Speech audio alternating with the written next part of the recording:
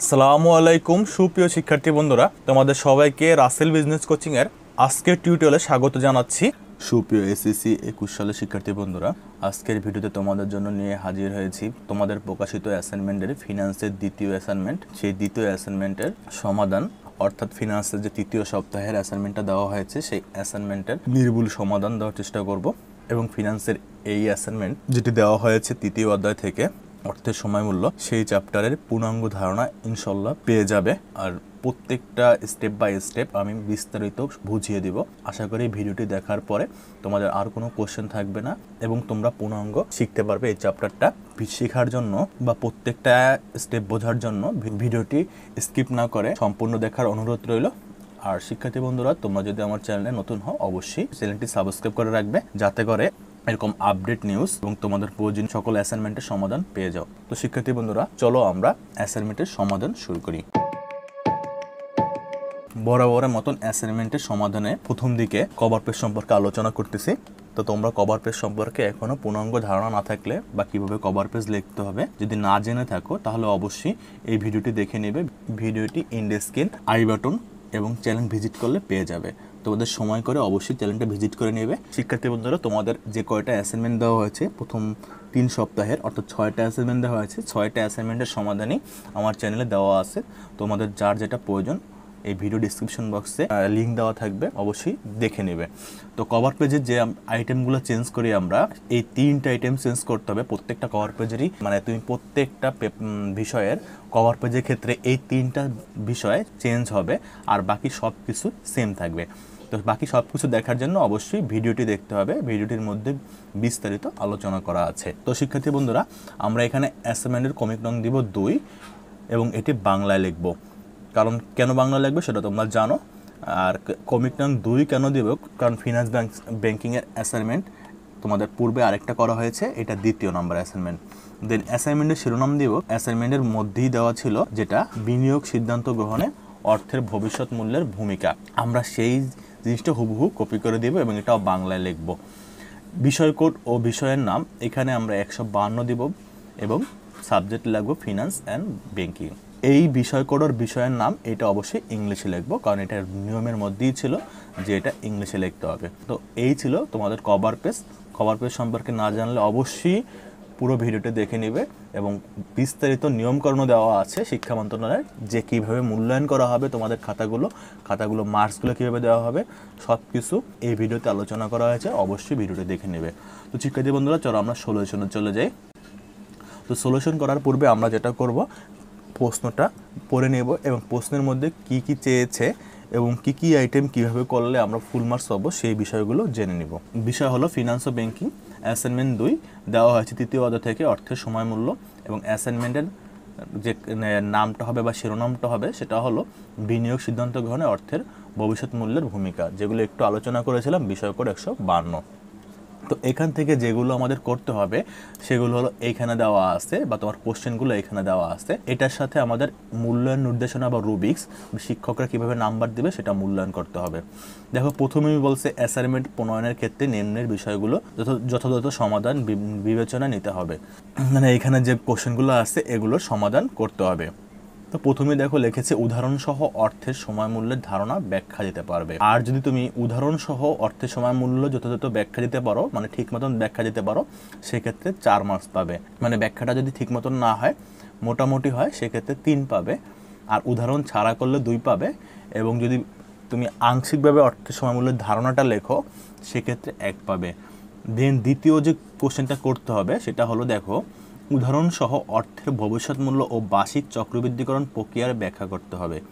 এবং এটা দেখো কি লিখছে, এটা হলো উদাহরণসহ অর্থের ভবিষ্যৎ মূল্য ও চক্রবৃদ্ধিকরণ যথাযথভাবে ব্যাখ্যা করলেই তুমি 4 মার্কস পাবে। তো এটাও আমরা উদাহরণসহ করতে হবে এবং সুন্দরভাবে আলোচনা করতে হবে 4 মার্কসের জন্য। উদাহরণসহ বছরে একাধিকবার চক্রবৃদ্ধিকরণের মাধ্যমে ভবিষ্যৎ মূল্যের নির্ণয়ের প্রক্রিয়া ব্যাখ্যা। এটার ক্ষেত্রে করতে হবে, দেখো, বার্ষিক চক্রবৃদ্ধিকরণ ও বছরে একাধিক চক্রবৃদ্ধিকরণ বের করতে হবে উদাহরণ সহ এবং এটা ব্যাখ্যা করতে হবে সুন্দরভাবে, সেক্ষেত্রে তুমি 4 মার্কস পাবে। দেন দেখো, একটা সমস্যা দিয়েছে, এই সমস্যা থেকে আরও 2টি কাজ করতে হবে। সেই 2টা কাজ আমরা কি করব, দেখো, প্রথমটা বলছে বার্ষিক চক্রবৃদ্ধিকরণ ও বছরে একাধিক চক্রবৃদ্ধিকরণ করে অর্থের ভবিষ্যৎ মূল্য নির্ণয়। যদি তুমি বার্ষিক চক্রবৃদ্ধিকরণ ও বছরে একাধিক চক্রবৃদ্ধিকরণ করে অর্থের ভবিষ্যৎ মূল্য নির্ণয় করতে পারো, এবং এটা বলছে সমস্যার আলোকে যদি করতে পারো সঠিকভাবে, মানে এখানে একটা সমস্যা দেওয়া আছে, সেই সমস্যার আলোকে করতে পারো, সেক্ষেত্রে তুমি 4 মার্কস পাবে। এবং দ্বিতীয়টা বলছে বিনিয়োগ সিদ্ধান্ত। বিনিয়োগ সিদ্ধান্তটা কী দিতে হবে? গাণিতিক ফলাফল ও যথাযথ ব্যাখ্যা সহ সঠিক বিনিয়োগ সিদ্ধান্ত গ্রহণ করলে তুমি 4 মার্কস পাবে। তার মানে এইটার উপর, এই কোশ্চেনটার উপর বা এই ম্যাথটার উপর তোমাদের 8 মার্কের কোশ্চেন করা হয়েছে। তো সমস্যাটা কি সেটা হলো, বা সমস্যা বা ম্যাথটা কি সেটা আমরা যখন সলভ করব কোশ্চেনটা তখনই তোমাদেরকে বুঝিয়ে দেব। যেহেতু প্রথম দিকে আমাদের এটা লাগতেছে না যে লাস্ট কোশ্চেন দুইটা, সেই লাস্ট কোশ্চেন দুইটা যাওয়ার সময় আমরা এই সমস্যার প্রত্যেকটা লাইন বুঝিয়ে দেবো এবং প্রত্যেকটা অঙ্ক তোমাদেরকে ক্যালকুলেশন সহ বুঝিয়ে দেবো। তো শিক্ষার্থী বন্ধুরা, মূলত আমরা প্রথম থেকেই শুরু করি। প্রথম যে কোশ্চেনটা ছিল অর্থের সময়মূল্য উদাহরণ সহ ব্যাখ্যা করতে পারলে 4 মার্কস পাবে। তো আমরা উদাহরণ সহ অর্থের সময়মূল্য ব্যাখ্যা করব। অ্যান্সার শিটে মানে A4 সাইজে তুমি যে পেপারে লিখবা সেই পেপারে বক্স আকারে মার্জিন করতে পারো, অথবা তুমি এক স্কেল করেও মার্জিন করতে পারো। মার্জিন সহ করতে হবে, মার্জিন ছাড়া কেউ দিও না। কারণ ফিনান্সের অঙ্কগুলোর ক্ষেত্রে বা ফিনান্সে যতগুলো থিওরি থাকবে যাই থাকুক সব ক্ষেত্রেই মার্জিন করতে হবে। প্রথমে আমরা শিরোনাম কথাটা লিখবো না, কিন্তু শিরোনাম জিনিসটা লিখে দেব। যেমন লিখবে বিনিয়োগ সিদ্ধান্ত গ্রহণে অর্থের ভবিষ্যৎ মূল্যের ভূমিকা। তুমি এগুলো চাইলে কালার পেন ইউজ করতে পারো, যেখানেই আমি কালার পেন ইউজ করছি তুমি চাইলে সেখানে কালার পেন ইউজ করতে পারো। আর এই যে টপিকসগুলো, সেই টপিকসগুলো তুমি চাইলে আন্ডারলাইনও করতে পারো, বা কোনো একটা কালার পেন দিয়ে সবুজ বা আকাশি নীল এগুলো দিয়ে তুমি লিখতে পারো। এটা হয়তো বা আন্ডারলাইন, যেমন অর্থের সময় মূল্য ধারণা, এই কথাটা আন্ডারলাইন করে দিতে পারো, অথবা কোনো একটা কালার পেন দিয়ে তুমি লিখে দিতে পারো। শুধুমাত্র অ্যান্সারগুলো আমাদের কালার পেন ইউজ করা যাবে না, কালার পেন ইউজ করলে অ্যান্সারগুলো হবে না। তো আমরা প্রথমেই অর্থের সময় মূল্যের ধারণা ব্যাখ্যা করব। শিক্ষার্থী বন্ধুরা, যারা ফিনান্সের পূর্বে অ্যাসাইনমেন্ট সহ অন্যান্য অ্যাসাইনমেন্টগুলো করো না, তারা অবশ্যই চ্যানেলটি ভিজিট করবো, অথবা ভিডিও ডিসক্রিপশন বক্সে লিঙ্ক দেওয়া থাকবে, ইন্ড স্ক্রিনেও লিঙ্ক দেওয়া থাকবে, তোমরা সেখান থেকে সব অ্যাসাইনমেন্টগুলো দেখে নিতে পারো। প্রত্যেকটা অ্যাসাইনমেন্টই ব্যাখ্যা সহকারে নির্ভুলভাবে বোঝানো হয়েছে, আশা করি বুঝতে পারবে। সময় পরিবর্তনের সাথে সাথে অর্থের প্রকৃত মূল্যের যে পরিবর্তন ঘটে তাই অর্থের সময় মূল্য।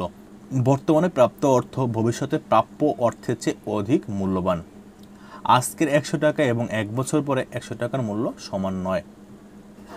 ভবিষ্যতে 100 টাকার চেয়ে আজকের 100 টাকা অধিক মূল্যবান, এটি হলো অর্থের সময় মূল্য ধারণার মূল ভিত্তি। মানে বলা হয়েছে যদি সময়টা পরিবর্তন হয় তাহলে অর্থের মানটাও পরিবর্তন হয়। সময় পরিবর্তনের সাথে সাথে অর্থের মানের যে পরিবর্তন হয় সেই মানটাই মূলত অর্থের সময় মূল্য। সাপোজ 10 বছর আগে 1 লাখ টাকা যা হতো, এখন 1 লাখ টাকা সেম জিনিস হবে না।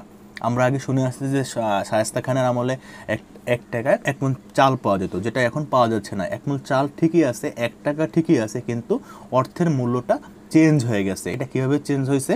এটা চেঞ্জ হয়েছে সময় বিবর্তনের সাথে সাথে। তো এই সময় বিবর্তনের সাথে সাথে অর্থের মানটা যে চেঞ্জ হয়েছে, এটাই মূলত অর্থের সময় মূল্য। তাহলে এখানে এটাই বলছে যে 100 টাকা আজকের যা মূল্য, এবং 5 বছর পরে, 1 বছর পরে বা 6 মাস পরে 100 টাকার সেই মূল্য না, কারণ একই জিনিস পাওয়া ওই অর্থ দিয়ে পাওয়া সম্ভব না, যার কারণে এটার মূল্যটা চেঞ্জ হবে। আর এটাকেই বলা হবে অর্থের সময় মূল্যের ধারণা। অর্থায়নের দৃষ্টিতে অর্থের পরিবর্তনের সাথে সাথে অর্থের মূল্যের পরিবর্তন ঘটে। অর্থের সময় মূল্য পরিবর্তনের মূল কারণ হলো সুদের হার। মানে অর্থায়ন মানে ফিনান্সেতে কী বলছে? ফিনান্সের দৃষ্টিতে পরিবর্তন হবে কি অর্থের সময় মূল্য। আর এটা বলছে কি মূল কারণ, পরিবর্তন হওয়ার মূল কারণটা হলো সুদের হার। মানে তোমার সুদ কত আছে, যেটাকে তুমি বিনিয়োগ করবা বা করবা, সেক্ষেত্রে তোমার সুদ কত, সেই সুদের উপর ডিপেন্ড করে অর্থের সময় মূল্যটা চেঞ্জ হবে। সুদ বেশি হলে অর্থের মূল্যটা চেঞ্জ হবে, বেশি হবে। আবার যদি সুদ কম হয় মূল্যটা কম হবে। অর্থের সময় মূল্য ধারণাটি সর্বাধিক ব্যবহৃত হয় বিনিয়োগ সিদ্ধান্ত গ্রহণ করার ক্ষেত্রে। ঠিক আছে, ফিনান্সের ক্ষেত্রে কী করা হয়? যখন বিনিয়োগ করবো তোমার ব্যবসা প্রতিষ্ঠানের অর্থগুলো, সেই বিনিয়োগের ক্ষেত্রে মূলত এইটা বেশি ব্যবহৃত হয়। অর্থের সময় মূল্য দুইটা দিক, বর্তমান মূল্য এবং ভবিষ্যৎ মূল্য। তোমরা সেটা সবাই জানো যে অর্থের দুইটা দিক আছে। অর্থের সময় মূল্যের নির্ধারকগুলো হলো, নির্ধারক মানে অর্থের সময় মূল্য যদি নির্ণয় করতে চাও, অর্থাৎ ভবিষ্যৎ মূল্য নির্ণয় করতে চাও বা বর্তমান মূল্য নির্ণয় করতে চাও, সেক্ষেত্রে নির্ধারক হলো অর্থের পরিমাণ, সময়কাল বা মেয়াদ এবং সুদের হার। মানে এই 3টা জিনিস থাকতে হবে, তাহলে তুমি অর্থের ভবিষ্যৎ মূল্য বা বর্তমান মূল্য নির্ণয় করতে পারবে। তো বর্তমান মূল্য নির্ণয় করতে হলে ভবিষ্যৎ মূল্য দেওয়া থাকবে, এবং ভবিষ্যৎ মূল্য নির্ণয় করতে হলে বর্তমান মূল্য দেওয়া থাকবে। আচ্ছা, দেন উদাহরণ সহ ব্যাখ্যা করতে বলছে। উদাহরণ হিসেবে বলা যায় রফিক তার বন্ধু আরিফের কাছে 100 টাকা পায়, যা 1 বছর জন্য ঋণ হিসেবে নিয়েছিল। এমতো অবস্থায় আরিফ রফিককে 100 টাকার পরিবর্তে 100 টাকার বেশি পরিশোধ করতে হবে, কারণ অর্থের সময়মূল্য ধারণা অনুসারে আজকের 100 টাকা আর 1 বছর পরে 100 টাকা সমান মূল্য বহন করে না। রফিক কী করছে, তার বন্ধু আরিফকে ধার দিয়েছিল যেটা 1 বছরের জন্য 100 টাকা। সে 100 টাকা কিন্তু সে 1 বছর পরে 100 টাকা নিবে না, অবশ্যই এর চেয়ে বেশি নিবে, কারণ আজকের মূল্য আর আগামী 1 বছর পরে মূল্য সেম না। এটাই বলা হয়েছে। ধরা যাক সুদের হার শতকরা 10 ভাগ, অর্থাৎ রানা যদি জনতা ব্যাংকে এখন 100 টাকা জমা রাখে, তবে আগামী বছর ব্যাংক রানাকে 110 টাকা দেবে।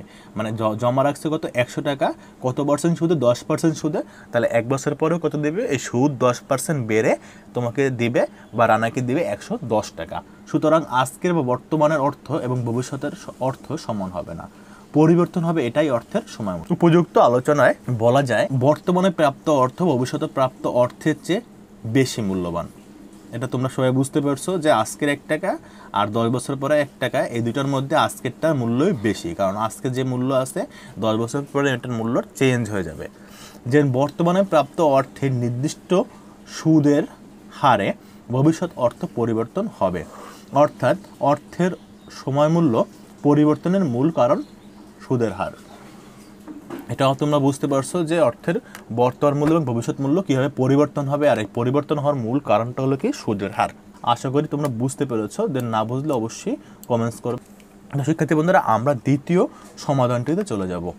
দ্বিতীয় কোশ্চেনটা ছিল, দেখো উদাহরণসহ অর্থের ভবিষ্যৎ মূল্য ও চক্রবৃদ্ধিকরণ প্রক্রিয়া ব্যাখ্যা করতে হবে। উদাহরণসহ অর্থের ভবিষ্যৎ মূল্য এবং বার্ষিক চক্রবৃদ্ধিকরণ প্রক্রিয়া ব্যাখ্যা করতে হবে।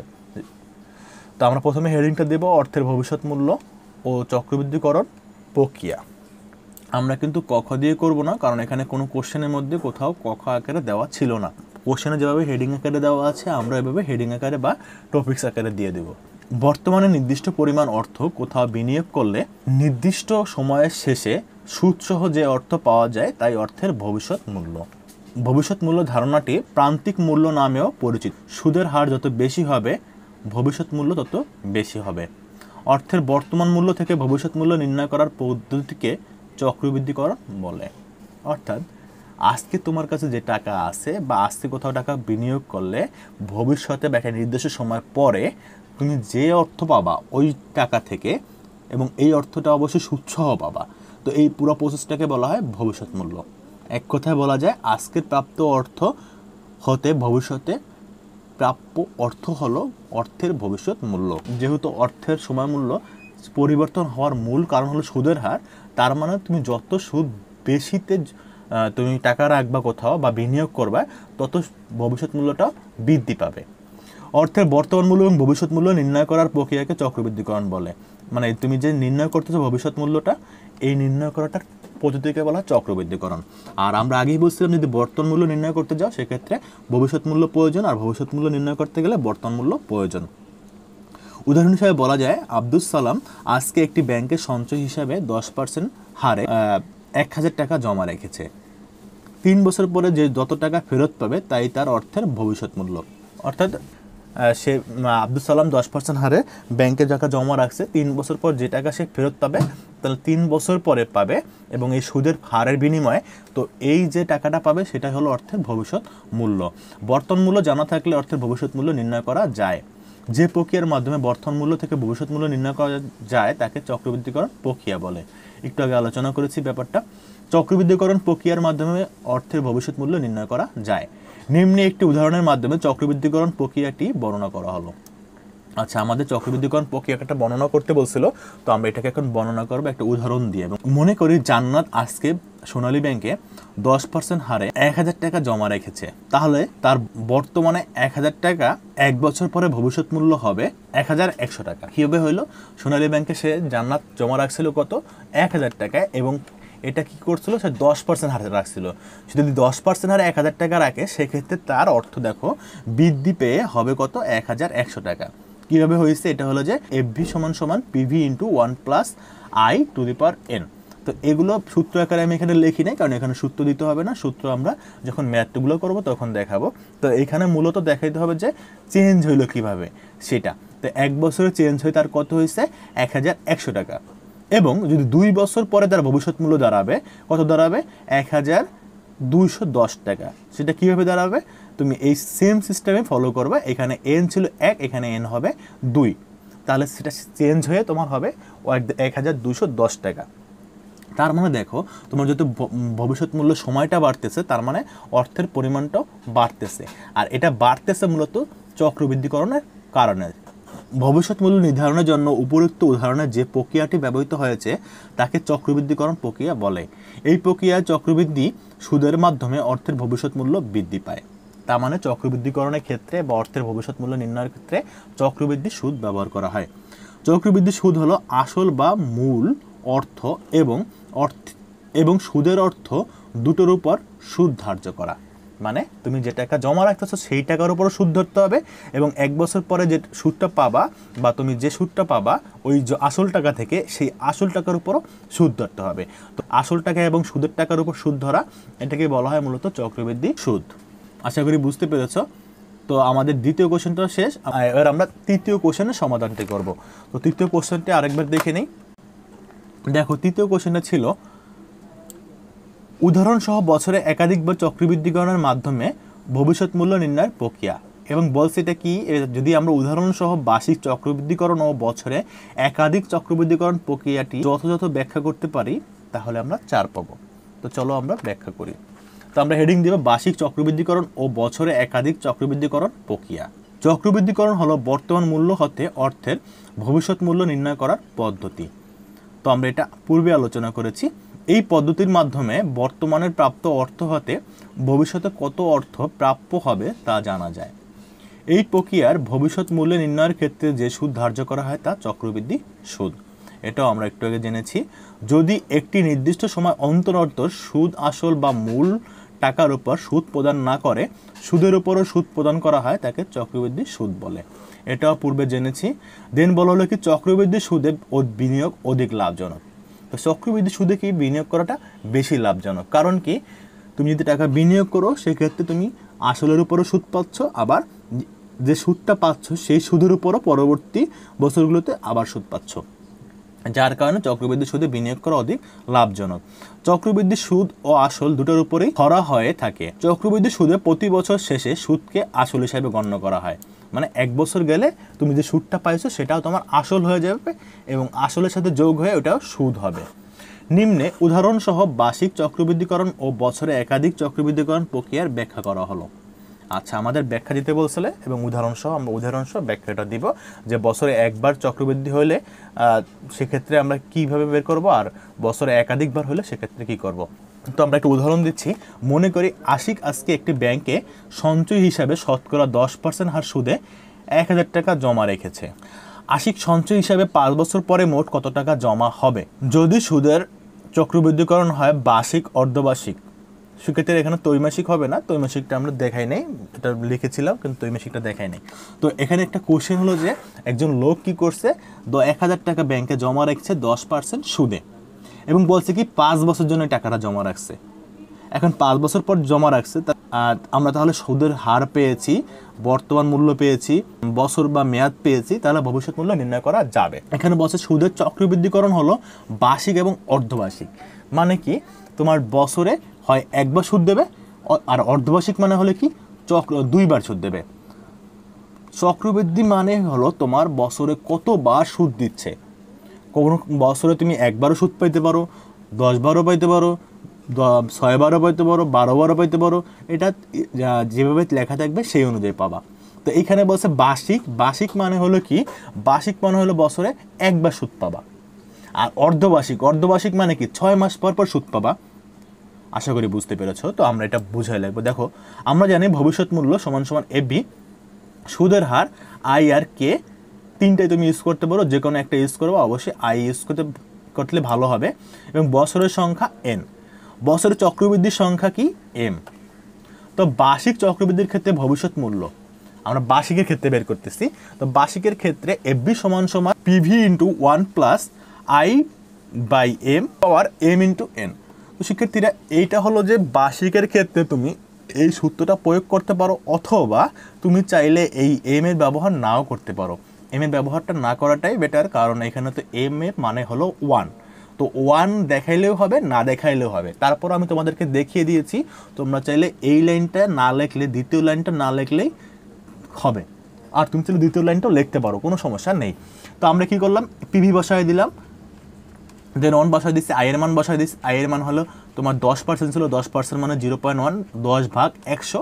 এবং এম কত ছিল, এম 1, কারণ বার্ষিক মানে একবার দিতেছে। এবং এন ইন্টু এম, এন মানে হলো 5, এম মানে 1। এখানে সূত্রটা হলো যে যখনই এফবি সূত্র করব তখনই PV into 1 plus I to the power N. আর যখন চক্রবৃদ্ধি করা উল্লেখ থাকবে বা চক্রবৃদ্ধি করতে যাবা, তখন কি হবে, এই আইয়ের নিচে এম ভাগ হবে এবং এন এর সাথে এম গুণ হবে। এটা যেন আলাদা কোনো সূত্র নয়, জাস্ট সিস্টেম এটাই। তো আমরা এটাকে ক্যালকুলেশন করবো, এটাকে ভেঙে ফেলবো, এটা ভাঙলে এটা আসবে এবং এইটার গুণ করলে এইটা। দেন এইটাকে কি করব, আমরা পাওয়ার দিব 5। আমরা কিন্তু জেনারেল ক্যালকুলেটর দিয়ে করবো না, অবশ্যই সাইন্টিফিক ক্যালকুলেটর দিয়ে পাওয়ারটা দিব। পাওয়ার একটা চিহ্ন আছে এভাবে, সেটা দিয়ে দিব আমরা। দেন এটার সাথে ক্যালকুলেশন করলে এটা আসে, তো টোটাল ক্যালকুলেশন করলে আসে 1610.51। তাহলে এটা হলো বার্ষিকের ক্ষেত্রে যদি একবার চক্রবৃদ্ধি দেয়। এখন অর্ধবার্ষিকের ক্ষেত্রে কি হবে, অর্ধবার্ষিকের ক্ষেত্রে সেম প্রসেস, শুধুমাত্র পার্থক্য কি হবে, এই এমটা পার্থক্য হবে। তাহলে এখানে এম ছিল 1 আর এখানে এম হবে 2। তাহলে আমরা সেমভাবে বসাই দিব। দেন এইটাকে ক্যালকুলেশন করলে এটা হয়, দেন আবার সেম এইটাকে ক্যালকুলেশন করলে এইটা হবে, এবং এটার উপর পাওয়ার দিব কত, 10, কারণ 5-এর সাথে 2 গুণ করলে কত হবে, 10। এই 10টি পাওয়ার দেবো আমরা, কিন্তু পাওয়ার দেবো আমরা জেনারেল ক্যালকুলেটর দিয়ে দেবো না, সাইন্টিফিক ক্যালকুলেটর দেবো অবশ্যই। তাহলে এটাকে ক্যালকুলেশন করলে বাইরে হবে 1628.89 টাকা। তো তোমরা এই অঙ্কগুলো বাংলায় করতে পারো, ইংলিশে করতে পারো, কোনো সমস্যা নাই। তো শিক্ষার্থীবৃন্দ দেখো, দুইটার অর্থ কী হয়েছে, চেঞ্জ হয়েছে। এবার আমরা ব্যাখ্যা দিব। উপরের উদাহরণে আশিক আজ 100 টাকা জমা রেখে ভবিষ্যতে, অর্থাৎ বছরে একবার চক্রবৃদ্ধি সুদে 5 বছর পরে পাবে 1610.51 টাকা প্রায়, এবং অর্ধবার্ষিক অর্থাৎ বছরে 2 বার চক্রবৃদ্ধি সুদে 5 বছর পরে পাবে 1628.89 টাকা প্রায়। অর্থাৎ চক্রবৃদ্ধি সুদের কারণে তাদের জমাকৃত অর্থের বর্তমান মূল্যের ভবিষ্যৎ মূল্য পরিবর্তন হয়েছে। মানে বর্তমান মূল্য যে জমা রাখছিল সেটা কি হয়েছে, বার্ষিকের ক্ষেত্রে এক ধরনের হয়েছে এবং অর্ধবার্ষিকের ক্ষেত্রে অন্য ধরনের হয়েছে। আশা করি বুঝতে পেরেছো। যে আমরা নেক্সট কোশ্চেনটা যাব। নেক্সট কোশ্চেনটা ছিল একটা সমস্যা, মানে একটা কোশ্চেন দেওয়া ছিল, এই কোশ্চেন থেকে দুইটা প্রশ্নের সমাধান করতে হবে। চলো আমরা কোশ্চেনটা আগে পড়ে নিই। একজন চাকরিজীবী জমি বিক্রি করে 10 লক্ষ টাকা পেলেন। তিনি 5 বছরের জন্য তার টাকাগুলো দুটি ব্যাংকে রাখতে চান। একটি ব্যাংকে 6 লক্ষ টাকা এবং অন্য ব্যাংকে 4 লক্ষ টাকা রাখবেন। এজন্য এক্স ও ওয়াই দুটি ব্যাংকে যোগাযোগ করলে এক্স ব্যাংক 9% চক্রবৃদ্ধি মুনাফা এবং ওয়াই ব্যাংক 8.5% সাপ্তাহিক চক্রবৃদ্ধি মুনাফা দিতে চায়। আচ্ছা, তো কোশ্চেনটা হলো যে একজনের কাছে 10 লাখ টাকা আছে, সে দুইটা ব্যাংকে টাকা রাখবে। দুইটা ব্যাংকে কি হারে রাখবে, একটা রাখবে 6 লাখ, একটা ব্যাংক রাখবে 4 লাখ। তো একটা ব্যাংক যেখানে 6 লাখ রাখতেছে সেখান থেকে সে সুদ পাবে কত, 9%। এবং এটা পাবে কি, কিছু উল্লেখ না থাকলে সেটা বার্ষিক চক্রবৃদ্ধি, কারণ ভবিষ্যৎ মূল্য বের করতে গেলে অবশ্যই চক্রবৃদ্ধিকরণ, আর চক্রবৃদ্ধি যেহেতু কিছু লেখা নাই সেক্ষেত্রে এটা বার্ষিক। আর যেখানে তোমার 4 লাখ টাকা রাখতেছে 8.5% হারে, সেটা হলো সাপ্তাহিক চক্রবৃদ্ধি। সাপ্তাহিক মানে এখানে এম এর মান আছে, আমরা দেখাই দেব। তো এই দুইটা জায়গায় সে টাকা জমা রাখছে। এমত অবস্থায় কোন ব্যাংকে কত টাকা রাখলে অধিক লাভজনক হবে তা তিনি সিদ্ধান্তটা ভুগছেন। তাই বিনিয়োগ সিদ্ধান্ত গ্রহণের জন্য তোমাকে যৌক্তিক পরামর্শ দিতে হবে। তার মানে সে কোথায় টাকা রাখবে এটা নিয়ে মানে সে সমস্যা পড়তেছে, আমাদের সমস্যার একটা সমাধান দিতে হবে, একটা সিদ্ধান্ত দিতে হবে। চলো আমরা প্রথম কোশ্চেনটা সমাধান করি। প্রথমটা বলছে যে এই অঙ্কটা সলভ করতে হবে, মানে এই অঙ্কটার একটা ভবিষ্যৎ মূল্য নির্ণয় করতে হবে। তো এখানে যে জিনিসগুলো পাইছি সেই জিনিসগুলো হলো, দেখো আমরা প্রথমে হেডিং দিয়ে নিলাম বার্ষিক চক্রবৃদ্ধিকরণ ও বছরে একাধিক চক্রবৃদ্ধিকরণ ভবিষ্যৎ মূল্য নির্ণয়। উদ্দীপকের আলোকে এক্স ব্যাংকের ও ওয়াই ব্যাংকের অর্থের ভবিষ্যৎ মূল্য নির্ণয় করা হলো। আচ্ছা, উদ্দীপকে যা যা দেওয়া ছিল সেগুলো একটু লিখে নেই। দেখো প্রথমে এক্স ব্যাংক ও ওয়াই ব্যাংকের ভবিষ্যৎ মূল্য নির্ণয় করার ক্ষেত্রে প্রথমে এক্স ব্যাংকটা নির্ণয় করতেছি। এক্স ব্যাংকে কী ছিল, বর্তমান মূল্য মানে পিবি সমান 6 লাখ ছিল। সুদের হার আই মানে ছিল 9% বা 0.09%। এটা কি করব, 9 দিয়ে ভাগ 100 করব, তাহলে আমরা এটা পেয়ে যাব। দেন বছরের সংখ্যা n সমান সমান 5 এবং ভবিষ্যৎ মূল্য FB সমান সমান হোয়াট, মানে আমাদের ভবিষ্যৎ মূল্যটাই বের করতে হবে। তো এই জিনিসগুলো আমাদের অঙ্কে দেওয়া ছিল, আমরা কোশ্চেন থেকে নিয়েছি। তো আমরা ভবিষ্যৎ মূল্য সূত্র বের করব। আর এখানে যেটা হলো যে কোনো এম নাই, সো এম কত, M1 হলে এম না দিলেও চলে, মানে এখানে নিচে আয়ের নিচে এম না দিলেও চলে। তো আমরা জানি FB সমান সমান PV × 1 + I পাওয়ার n। তো এখানে আমরা পিভির মান বসাই দিব 6 লাখ, এখানে 1 বসাই দিলাম, আই এর মান যেটা ছিল ওই যে ভাঙলাম 9% সেটা বসাই দিলাম, দেন n5, দেন আমরা এটা করব, দেন এটাকে যোগ করলে হয় 1.09 আর পাওয়ার 5। এখন এই 1.09 এটাকে পাওয়ার 5 দিতে হবে, সায়েন্টিফিক ক্যালকুলেটর দিয়ে পাওয়ার 5 দিতে হবে, এরকম একটা চিহ্ন আছে, সেই চিহ্ন দিয়ে পাওয়ারটা দিতে হবে। সেটা দিলে তোমার আসবে এইটা, সেটা যেটা আসবে হুবহু এক যদি তুমি দশমিকের পর 2 ডিজিট 3 ডিজিট বসাবা না, তুমি শুধুমাত্র অ্যান্সারের ক্ষেত্রে দশমিকের পরে 2 ডিজিট বসাবা। তো যেটা আসছে সেটা হুবহু বসাই দেবে, বসাই দিয়ে 6 লাখের সাথে গুণ করে দিবা, তাহলে আসবে এইটা। এটা আসলে এখানে দশমিক থাকে, কিন্তু আমরা লাস্টের ঘরটা আমরা অবশ্যই দশমিকের পরে 2 ঘর নিব। সেক্ষেত্রে দশমিকের পরে 3 নম্বর ঘরে যদি 4-এর বেশি থাকে, অর্থাৎ 5 থেকে থাকে, তাহলে আমরা দ্বিতীয় নম্বর ঘরে 1 যোগ করে নিব। সুতরাং এক্স ব্যাংকের ভবিষ্যৎ মূল্য 9,23,174.37 টাকা প্রায়। তো এটা হলো এক্স ব্যাংকের। এবার ওয়াই ব্যাংকেরটা বের করব। ওয়াই ব্যাংকের ক্ষেত্রে দেখো আমরা বলছিলাম সে রাখছে কত, বর্তমান মূল্য 4 লাখ টাকা রাখছে, তো আমরা পিভি মানে 4 লাখ। তো সুদের হার এখান থেকে দিবে কত, বলছিল 8.5%। তো 8.5%কে কী করবো আমরা, 8.5 ভাগ 100 দিলে আমাদের এই মানটা চলে আসবে। দেন বছরের সংখ্যা n ছিল, n5 ছিল, আমরা 5 বসাই দিব।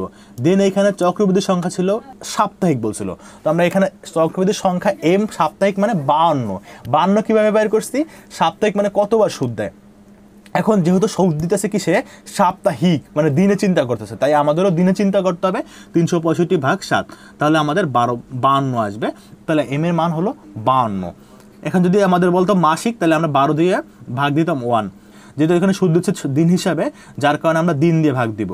দেন ভবিষ্যৎ মূল্য FB সমান সমান হোয়াট, তো ভবিষ্যৎ মূল্য বের করতে হবে। এবং ভবিষ্যৎ মূল্য এটার কী আছে, যেহেতু চক্রবৃদ্ধিকরণের মান দেওয়া আছে, তাই আমাদের এই সূত্রটা প্রয়োগ করতে হবে, যে বলছিলাম যেটা নিচে আয়ের নিচে সবসময় এম ভাগ দিব এবং এন এর সাথে এম গুণ দিব। তাহলে আমরা পিভির মানটা বসাই দিলাম, দেন এইটার মানও বসাই দিলাম এবং n × m এটার মানও বসিয়ে দিলাম। দেন আমরা কি করব, এই জিনিসটাকে আমরা ক্যালকুলেশন করব, মানে এই উপরটা আগে দিয়ে দেন ভাগ দেবো 52, তাহলে এটা আসবে। দেন এই 52 আর 5 গুণ করে 260 লিখবো। দেন সেম এটা যোগ করে আবার বসায় দেবো, দেন 260। এখন এটা 260 মানে হলো পাওয়ার 260, সায়েন্টিফিক ক্যালকুলেটর দিয়ে পাওয়ারকে দিব 260, ঠিক আছে। তাহলে এটা আসবে, দেন এটার সাথে এটা গুণ করলে এটা আসবে। এবং এখানে অবশ্যই প্রায় লিখবো, কারণ কি এখানেও দশমিকের পরে 2 ঘর নিব। এর আগে কিন্তু দশমিকের পরে 2 ঘর নিব না, এই সব ক্ষেত্রে কিন্তু দশমিকের পরে 2 ঘর হবে না, শুধুমাত্র অ্যান্সারের ক্ষেত্রে দশমিকের পরে 2 ঘর হবে। তো সেক্ষেত্রে শিক্ষার্থীরা যদি বলছিলাম যে 3 ঘর যদি থাকে, 3 নাম্বার ঘরে যে টাকাটা থাকবে বা 10 পয়েন্ট নাম্বারটা থাকবে, সেই নাম্বারটা যদি 4-এর বেশি হয়, অর্থাৎ 5 থেকে 9 পর্যন্ত হয়, সেক্ষেত্রে আমরা দ্বিতীয় নাম্বার ঘরে 1 বেশি করব। সেটা হলো যদি সাপোজ মনে করে এখানে 3 নাম্বার ঘরে কত আছে, 529, তার মানে এখানে 9 আছে, তাহলে এই 9 যদি থাকে, এইটাকে যদি আমি 2 সংখ্যা লিখি, তাহলে হয় 1.53, তার মানে 9-এর থাকার কারণে আমরা 3টাকে 2 থেকে 3 বানিয়ে দিব, মানে 1 যোগ করবো। সুতরাং ওয়াই ব্যাংকের 5 বছর পরে ভবিষ্যৎ মূল্য হবে 6,11,623.85 টাকা। তার মানে দুইটা 2 রকম হয়েছে, এটাই নিয়ম, কারণ দুইটা টাকাও 2 রকম ছিল, সুদের হারও 2 রকম ছিল। তাহলে আমরা ভবিষ্যৎ মূল্য নির্ণয় করলাম। এবার আমরা দ্বিতীয় যে প্রশ্নটা চেয়েছিল সেটা সমাধান দিব। দ্বিতীয়টা হলো বিনিয়োগ সিদ্ধান্ত গ্রহণ, এবং বলছে গাণিতিক ফলাফলও যথাযথ ব্যাখ্যা সহ সঠিক সিদ্ধান্ত গ্রহণ করলে 4 মার্কস হবে। তো আমাদের এখানে যথাযথ ব্যাখ্যা সহকারে দেখাইতে হবে যে কেন, কি কারণে তার কোন ব্যাংকে টাকাটা রাখা লাভজনক হবে। সেক্ষেত্রে আমরা লিখব বিনিয়োগ সিদ্ধান্ত। তো এখানে দেখো বিনিয়োগের ক্ষেত্রে বলা ছিল উদ্দীপকে উল্লেখিত চাকরিজীবীর জমি বিক্রয় 10 লক্ষ টাকা প্রাপ্ত হতে এক্স ব্যাংকে জমা রাখে 6 লাখ টাকা এবং ওয়াই ব্যাংকে জমা রাখে 4 লাখ টাকা। যেহেতু দুইটা ব্যাংকে ভিন্ন ভিন্ন অর্থ জমা রেখেছে, তাই বিনিয়োগ সিদ্ধান্ত গ্রহণের ক্ষেত্রে কার্যকরী সুদের হার বের করতে হবে। মানে যেহেতু এখানে সে দুইটা ব্যাংকে দুই রকম টাকা রাখছে এবং দুই রকম সুদের টাকা রাখছে, দুই রকম সিস্টেম ছিল, তাই তাকে কি করতে হবে, এখন কার্যকরী সুদ বের করতে হবে, কারণ ওইটা থেকে আমরা ডিসিশন নিতে পারি না। যদি দুইটা ব্যাংকে সেম অর্থ রাখতো তাহলে আমরা ওই অর্থ থেকেই সিদ্ধান্তটা দিতে পারতাম, কিন্তু এখন আমরা সিদ্ধান্ত দিতে পারতেছি না, কারণ দুইটা ব্যাংকে সে দুই রকমের অর্থ জমা রাখছে। দুইটা ব্যাংকে 5 করে 10 রাখে নাই, 6 আর 4 করে রাখছে। তো এই ক্ষেত্রে আমাদের কার্যকরী সুদের হার বের করতে হবে। কার্যকরী সুদের হার হলো অ্যাকচুয়ালি কত সুদ পাবো আমরা, যেটা লেখা ছিল ওই প্রশ্ন যেটা লেখা থাকে সেটা হলো যে নামিক সুদ। তো নামিক সুদ আর কার্যকরী সুদের পার্থক্য, নামিক সুদের চাইতেও কার্যকরী সুদের হারটা কি হতে পারে, বেশি হতে পারে, বা ওইটাই মূলত অ্যাকচুয়াল যে কোনো সাথে মূল্যায়নের ক্ষেত্রে।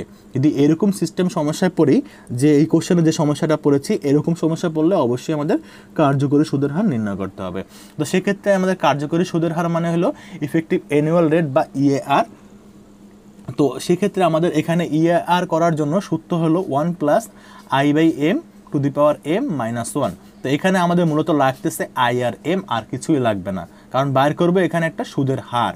ঠিক আছে, তো এখানে সুদের হার আই, যেটা হলো যে এক্স ব্যাংকের ক্ষেত্রে 9%। তো 9% কী করবো, 9 দিয়ে ভাগ দিব 100-কে, সেক্ষেত্রে আসবে আমাদের 0.09। বছরে চক্রবৃদ্ধির সংখ্যা এম, এম সমান 1, কারণ প্রথম ব্যাংকে কোনো চক্রবৃদ্ধির সংখ্যা ছিল না, বার্ষিক ছিল। তো আমরা সেক্ষেত্রে এম সমান 1 দিব, এবং কার্যকরী সুদের হার বের করতে হবে, সেটা সমান হোয়াট। তো এখানে সূত্র প্রয়োগ করবো আমরা, দেন মানটা বসাই দিব, তাহলে আই এর মান বসাই দিলাম, দেন M1 এম এর মান বসাই দিলাম, এখানেও M1 মান বসাই দিলাম, দেন ক্যালকুলেশন করলে এটা ভাগ করলে এটা আসে, দেন এইটার উপর পাওয়ার 1 দিলেও যা কথা, না দিলেও একই কথা, দেন হলো যে -1। তো সেক্ষেত্রে আসে 0.09। এটাকে যেহেতু আমরা সুদের হার থাকলে সেক্ষেত্রে 100 দিয়ে গুণ করতে হবে, পার্সেন্টেজে আনতে হবে। তো শতকরায় আনতে চাইলে 100 দিয়ে গুণ করতে হবে, 100 দিয়ে গুণ করলে আসে কত, 9%। তো সেক্ষেত্রে এখানে আই ছিল 9%, আর কার্যকরী সুদের হার মানে পূর্বের সুদের হার, নামিক সুদের হার যেটা ছিল, আর কার্যকরী সুদের হার দুইটাই সেম। আচ্ছা, এবার আমরা ওয়াই ব্যাংকেটা বের করব। ওয়াই ব্যাংকের ক্ষেত্রে দেখো সুদের হার ছিল 8.5, যেটাকে ভাঙলে হয় এটা। দেন হলো বার্ষিক চক্রবৃদ্ধির সংখ্যা এম সমান 52, কারণ এম কত ছিল, সাপ্তাহিক ছিল, সেটা আমরা একটু আগে বের করছিলাম কীভাবে 52 বের করতে হয়। দেন কার্যকরী সুদের হার আমরা বের করব। সেক্ষেত্রে সেম আগের মতন আয়ের মানটা বসাই দিলাম এবং এম এর মানটাও বসাই দিলাম, দেন ক্যালকুলেশন করব আমরা, এটা ভাঙবো, তাহলে এটা আসবে, দেন 52 উপরে দিলাম -1। এই মাইনাস কিন্তু 52 বের করার পরে ওয়ানটা মাইনাস করতে হবে, এটা কিন্তু 52 থেকে না, পুরো এই ক্যালকুলেশনটা থেকে মাইনাস করতে হবে। তো সেক্ষেত্রে আবার আমরা এটা ক্যালকুলেশন করলাম, এটার পাওয়ার সায়েন্টিফিক ক্যালকুলেটর থেকে পাওয়ার 52 দিব, 52 দিলে এটা আসবে, দেন এখান থেকে 1 মাইনাস করব, সেক্ষেত্রে আসে 0.0886। মানে এটার হচ্ছে যদি 100 দিয়ে গুণ করো তাহলে আসে 8.86। দেখো এখানে আমাদের ছিল কত, 8.5%, তাহলে আমরা এখন পাইলাম 8.86%। তার মানে দ্বিতীয়টার ক্ষেত্রে কিন্তু বৃদ্ধি পেয়েছে। মূলত কার্যকরী সুদের হার সবসময় নামিক সুদের হার হচ্ছে বৃদ্ধি পাওয়ার কথা, কিন্তু প্রথমটার ক্ষেত্রে কিন্তু কোনো বৃদ্ধি পায় না, যেটাই ছিল আগে 9% ছিল, এবং ক্যালকুলেশন করার পরেও আমরা 9%ই পেয়েছি। দেন এই ওয়াই ব্যাংকের ক্ষেত্রে কিন্তু আমরা কার্যকরী সুদের হার একটু চেঞ্জ হয়েছে। তো এখন এটা থেকে আমাদের বিনিয়োগ সিদ্ধান্তটা দেখাইতে হবে। দুইটার কিন্তু দুই রকমের আছে। আচ্ছা, দেন দেখো বলছে দুটি ব্যাংকের কার্যকরী সুদের হার বিবেচনা করলে দেখা যায় এক্স ব্যাংকের কার্যকরী সুদের হার বেশি। অর্থ সময় মূল্যের নীতি হলো কার্যকরী সুদের হার যে প্রকল্পে বেশি থাকবে সেই প্রকল্পে বিনিয়োগ করা উচিত, সুতরাং এক্স ব্যাংকে বিনিয়োগ করা উচিত। তো তোমরা বুঝতে পারছো যে কেন এক্স ব্যাংকে বিনিয়োগ করবো, কারণ কার্যকরী সুদের হার দুইটা ব্যাংকের মধ্যে এক্স ব্যাংকে বেশি আছে, তাই এক্স ব্যাংকে আমরা বিনিয়োগ করব। তো শিক্ষার্থী বন্ধুরা, এই ছিল তোমাদের অ্যাসাইনমেন্টের সম্পূর্ণ সমাধানটি। আশা করি তোমরা বুঝতে পেরেছো। যদি কোনো কোশ্চেন থাকে অবশ্যই কমেন্টসে জানিয়ে দেবে। শিক্ষার্থী বন্ধুরা, যদি ভিডিওটা ভালো লাগে অবশ্যই একটা লাইক দিয়ে দেবে, কারণ একটা লাইক দিতে অনেক সময় লাগে না, কিন্তু ভিডিওটা তৈরি করতে অনেক সময় লাগে। তোমাদের একটা লাইক পরবর্তী ভিডিও তৈরি করার জন্য উৎসাহ যোগায়। সবাই ভালো থাকবে, দেখা হবে নেক্সট কোনো আপডেট তথ্য নিয়ে। আল্লাহ হাফেজ।